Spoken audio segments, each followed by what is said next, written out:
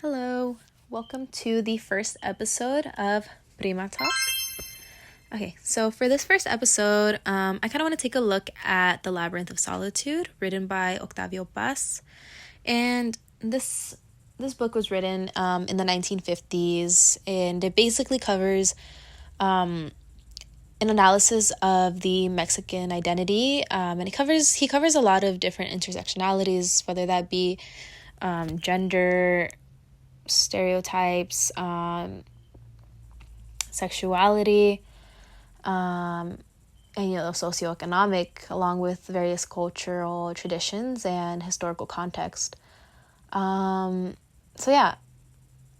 Specifically, I want to talk about his chapter Mexican Mass, and what this chapter basically covers is the various masks that Mexicans wear, across several identities, but basically just the mask that we present ourselves with, this mask kind of being a symbol for the various expectations and stereotypes that are placed on Mexicans by our culture, by what our identities basically have been defined to be and what we need to adhere to in this sense. But specifically, I want to talk about the section that covers what this means for Mexican women. And basically, he covers this mask as, he represents it, he explains it as this mask of purity, modesty, chastity that is placed on these expectations, these gender roles, that are placed on Mexican women. And he basically says that, we idolize Mexican women when they adhere to these expectations. When they are seen as pure, modest, and they're allowed to talk more about their emotions, essentially, than Mexican men, but this is still limited. That doesn't mean that they can fully express themselves. And he basically goes on to criticize this kind of boundary we place on women, where he calls out the hypocrisy between this idolization. We put these women on a pedestal, we idolize them when they adhere to these rules, but then we still also don't allow them to have the ability to express themselves and be outspoken. They must still adhere to these roles, and they don't have complete freedom to talk.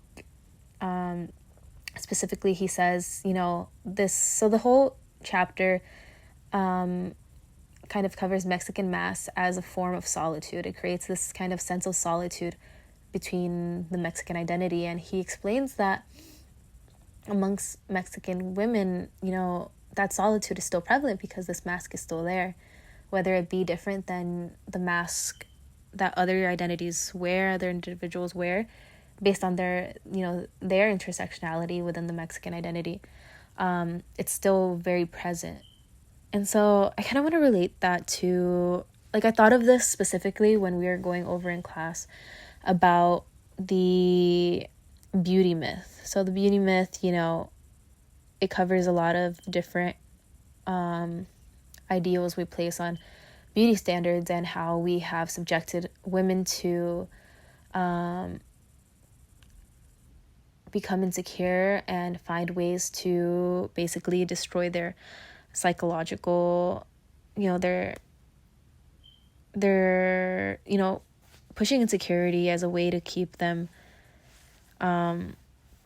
weak in a time where they are becoming stronger materially. So this idea of beauty, we kind of connect purity to beauty, because when you're young, you're not a threat. So that is beautiful. And I feel like this is very, very prevalent amongst not only, women in general, where, we are seeing a bunch of different beauty standards being pushed that, kind of force us to want to look younger. It's always this idea of you want to look younger, you want to not age, which is only natural. But, we're obviously going to places, to investing in ourselves, to kind of try to keep this aging to a minimum or push it off for as long as we can. And so, this idea that you're not a threat when you're young, when you're pure, I feel like it's very specifically within the Mexican kind of lens, within a Chicana lens, it's very prevalent in Mexican society, Mexican culture, not only culture, at home, within the household, but institutions at that, where we have specifically, I'm talking about the femicide rates in Mexico and how women are often kept out of this discussion to actually create laws for this because, they've historically, purity again is connected to beauty, and the idol that is covered in the labyrinth of solitude that is pure and not outspoken. We have, historically kept women from speaking out, and now that they are speaking out, now we're not only in Mexico, but, with the protests going on, but in the US, where we have women combating these ideas of the feminine being, the soft-spokenness, that kind of thing. We're seeing pushback on these ideas, but because historically we have been led to believe that we shouldn't have a voice, that we shouldn't go outside these boundaries, the laws haven't changed, and they're still trying to keep us from speaking out. Obviously it's very different from wherever you're going, in Mexico specifically. Women are speaking out against femicide and against these ideas that are harming to them. And I feel like Octavio Paz, he was very ahead of other Mexican pioneers in the sense of Mexicanidad, because he did include a lot of intersectionality and ideas within intersectionality in his writings. But, in the US, I feel like it's very different because, again, we're still buying into a lot of these insecurities, unfortunately.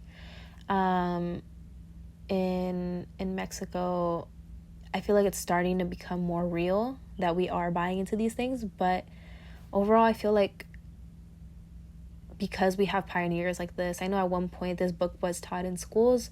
As of now, it's seen as outdated, but I think it's honestly still very, very informative to what the Mexican identity is, and a lot of people would benefit from it, especially the people who run the Mexican government and are pushing back on women's voices, who are on the streets crying, yelling because of the injustices they face in the law that are letting them become these victims.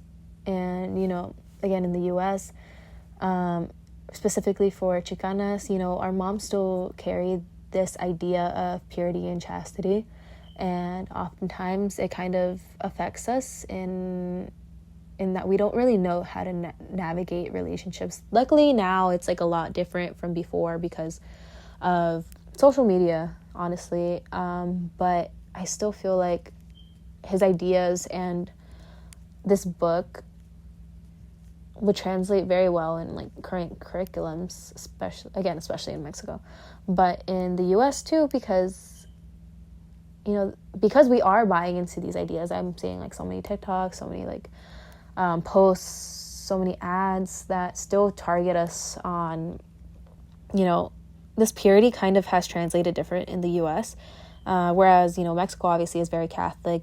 This idea translates in actually purity in the form of chastity. In the US, I feel like that purity has, more so been a form of youth, physical, how you look youth, more surface level. So we're buying into these things, and again, it goes we are still letting ourselves be pushed back in a time where we have become more outspoken. Obviously, we are way more outspoken now about these kind of ideas, but we're still buying into these things. And so his idea of purity, and then overall the topics he covers would still be very beneficial and help enlighten many people on, you know, this beauty myth, this myth that purity is beauty and youthfulness is purity. Because when we're letting ourselves be subjected to that, whether, you know, it means purity, this purity again means different things depending on where you are, but it's still affecting us one way or another, whether it be through institutions and kind of more of a deeper kind of level where it's, you know, our laws and things like that, or it be psychological, something we can't really see, which is what is happening in the US with this idea of, you know, the beauty myth, and in a time where we're becoming stronger and we're being heard more. Like, are we really? Or are we letting ourselves kind of be pushed back? Where would we be if these insecurities weren't dictating our lives so much? And where would many Chicanas be, many Mexican women be, if we didn't allow these institutions to inherently have these ideas of what we have to be and what we should be, and that we can be taken advantage of? Thank you.